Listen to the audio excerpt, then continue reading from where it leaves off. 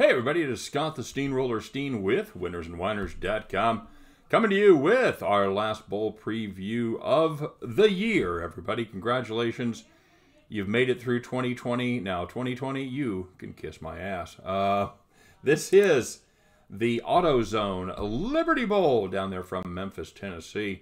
They're going to be the West Virginia Mountaineers and the Army Black Knights, the two teams that were having trouble finding partners. Their partners had COVID issues, but they ended up getting together, and should promise to be a fairly good game here.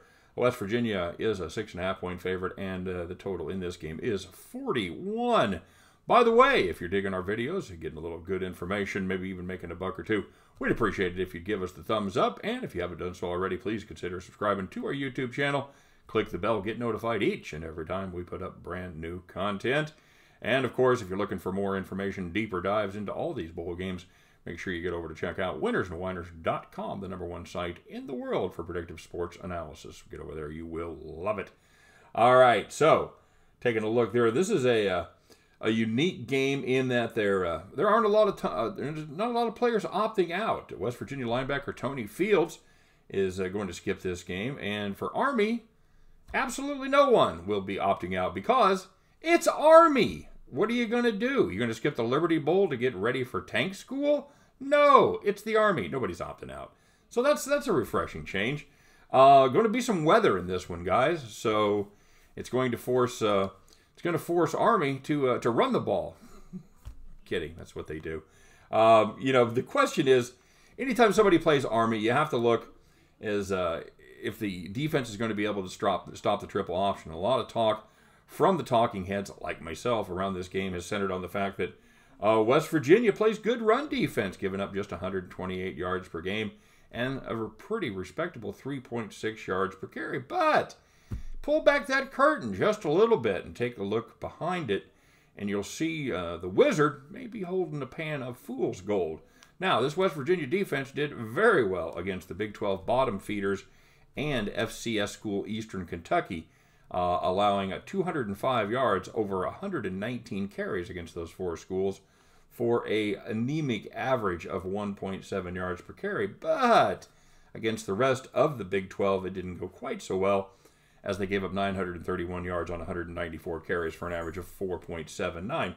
Still not horrible, but it is some added perspective behind the numbers. So, in my opinion, I think the Black Knights are going to be able to have some success running the football, but the Stills brothers on the defensive line for West Virginia, they are studs, and they're going to do their best to contain it, keep those runs from breaking outside.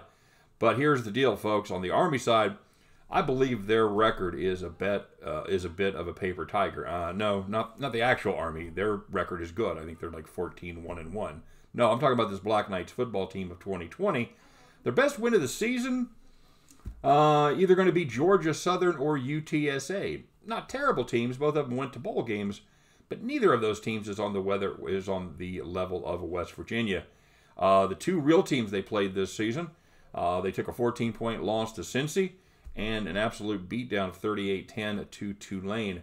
Now, on offense for West Virginia, this is a well-balanced Mountaineers team led by junior quarterback Jared Deggy. He's thrown for 2,400 yards, 13 TDs, just 3 interceptions on the year. Thrown for 300 yards or more four separate times on the year. And this is another quarterback that we've talked about in other videos that really does well out of a clean pocket. That should be no problem for West Virginia against an Army pass rush that just doesn't generate anything. They tend to be a little bit undersized, and they're certainly going to be undersized against this big West Virginia offensive line. I think the Black Knights may hang around for a while with the weather, with the rain and the little bit of wind in the area. Deggy may not have as much success as he normally would throwing the football, but this is a team for West Virginia that isn't afraid to run the ball. They've got the two bell cow backs that really do a nice job. And I think that the Black Knights, eventually, their one-trick offense becomes a no-trick offense. And that is not a team that's equipped to play from behind. I think the Mountaineers pull away in the second half and cover the number. So give me the West Virginia Mountaineers minus the 6.5. By the way, this one's come down from 7.5. For us, it's going the right direction. I'm going to fade the public move here. Give me the West Virginia Mountaineers minus 6.5 at the end of this one. You guys can join me as we pick up our winning tickets and head back to the window. All right, everybody, good luck on not just this play, but all of your plays today. Hope every one of those tickets in your pocket turns into cash money back at the window. Thanks for watching. Appreciate the likes and subscribes.